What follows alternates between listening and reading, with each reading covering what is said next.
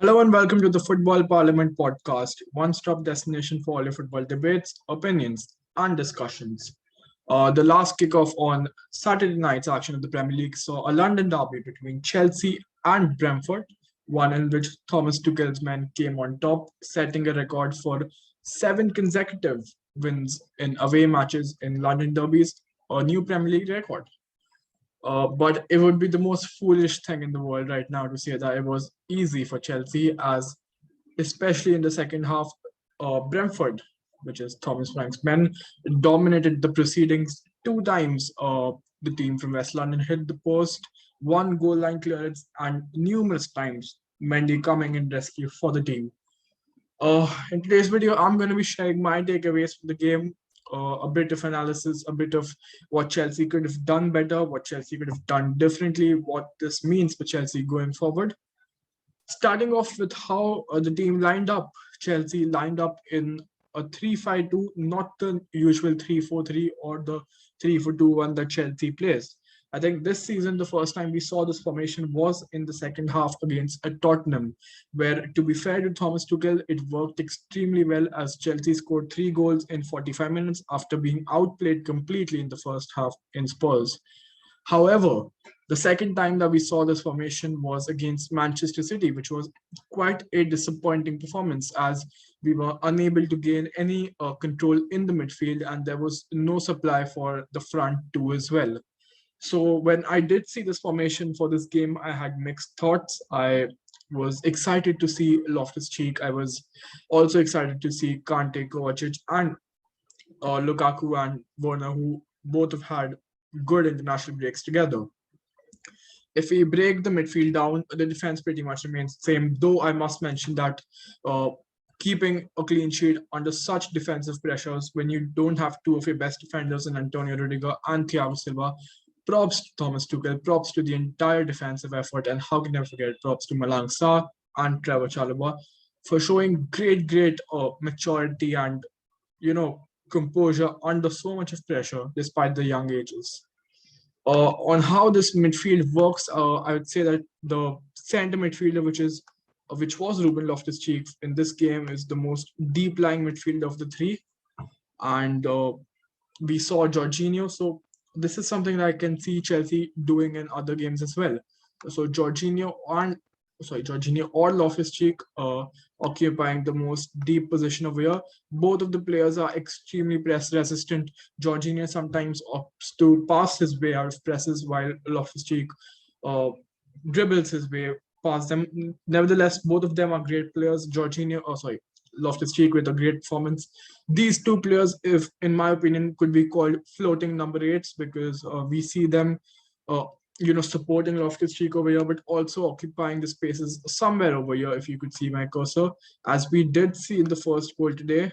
Not to forget, it was Aspilicueta and Kante that linked up after probably, Werner's contribution as well over here, delivered across to Lukaku, which ultimately led, and then same goes for Kovacic. So, talking about this formation, I am not completely impressed with this formation. I'm not gonna lie. I think the approach taken by this formation is far too defensive.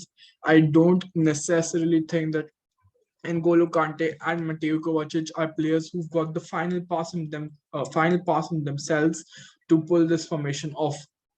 Though I can see this formation working if we have someone like a Mason Mount playing over here, as we saw the change in the second half.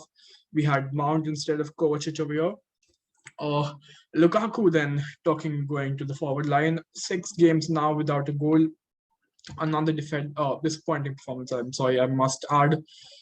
Timo Werner, I think he was more lively than Lukaku, partly down to the fact that he dropped deep, he got involved in the play. That's something that we like to see from Werner. But then again, we can't go without mentioning that he did have a good chance or two, and still for club, he hasn't really found his clinicality back. And I really hope, as Chelsea fans have been hoping since a long time now, that it does come and it comes for good.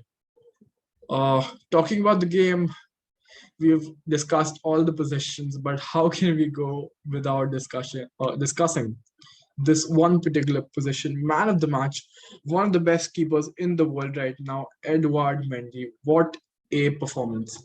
I repeat, what a performance! I still think that until it was like the 62nd minute or even a little higher, that he did not have a lot to do.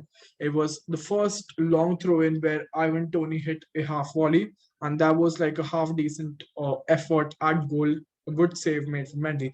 But after that, it was when Brentford, hit the pedal, uh, accelerated, took the game to Chelsea completely, and that's when this man rescued us. Without Mendy today, Chelsea would have been nowhere near even one single point. Like I can say that with assurance. I'm sorry, I don't mean to be rude to Kepa. I won't use Kepa as an example, but not just Kepa. Any other, you could say an average keeper in the Premier League, the scoreline would have easily been something like a 3-1, maybe a 4-1. But it was the heroics of Edouard Mendy that did keep us in the game. Many questions to be asked on France football. Why wasn't he included in the 30-man list for the Ballon d'Or? Where such impressive performances, not a first time that we've seen it. Even against Liverpool, I think he was man of the match for Chelsea as Chelsea defended a lot. But the major talking point does come down to Chelsea's style of play because this you could say tendency or trend of Chelsea to grind results in not particularly the most toughest of fixtures on paper. Is that a concern for Thomas Tuchel? Most of the people would think yes. In my opinion, see, Brentford aren't uh, okay. They are newly promoted, but we must note how they performed against the other big six teams, and how they have been performing. They are an absolute threat at set pieces. They were far superior to us aerially. We should also not forget that two of our best centre backs, in Antonio Rudiger and Thiago Silva, were out injured as well.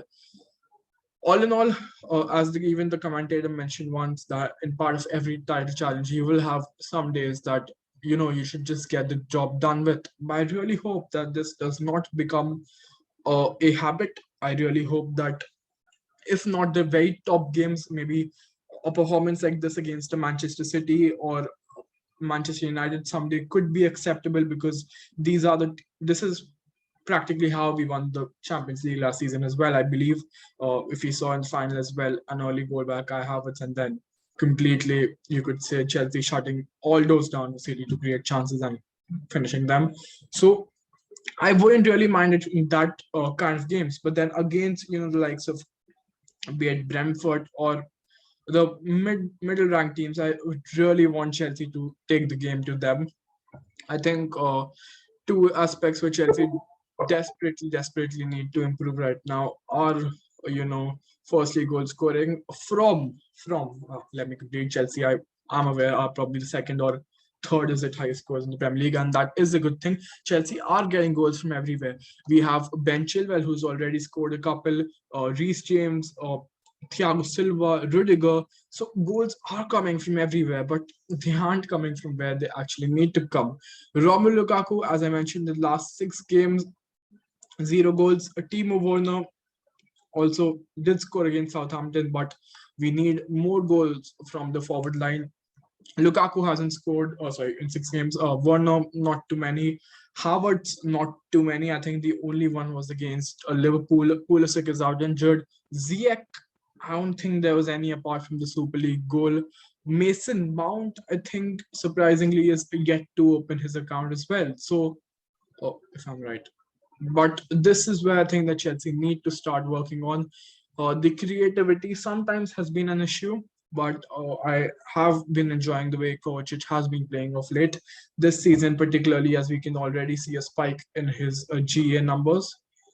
All in all, I won't say it was the most convincing performance from Chelsea, or you know, even being close to the most convincing performance from Chelsea. But at times, sometimes all you need is the 3 points. Exactly what Chelsea got today. In future games, it will be interesting to see. It will be, there's quite a distinction in the way Chelsea has been playing. I particularly observed it in, this game when we had these 2 games when we had Manchester City first and Juventus. As a fan, watching your team have little to no possession against City to dominating all possession against Juventus, but ultimately scoring zero goals in both games combined was the most frustrating thing ever. But past things aside, present we are on top of the table, and I really hope that Thomas Tuchel and his team maintains his consistency that's very desperately needed to win the Premier League. And we do go on to win the first Premier League title after 16-17 was the last time that we won it. But yes, that will be it for today's video. This very short analysis. Just let me know if you liked this kind of video and your thoughts on the way Chelsea's been playing recently. Your thoughts on Chelsea Brentford. Make sure to leave them down in the comments. And for more top quality football content, keep listening to the Football Parliament podcast. Thank you.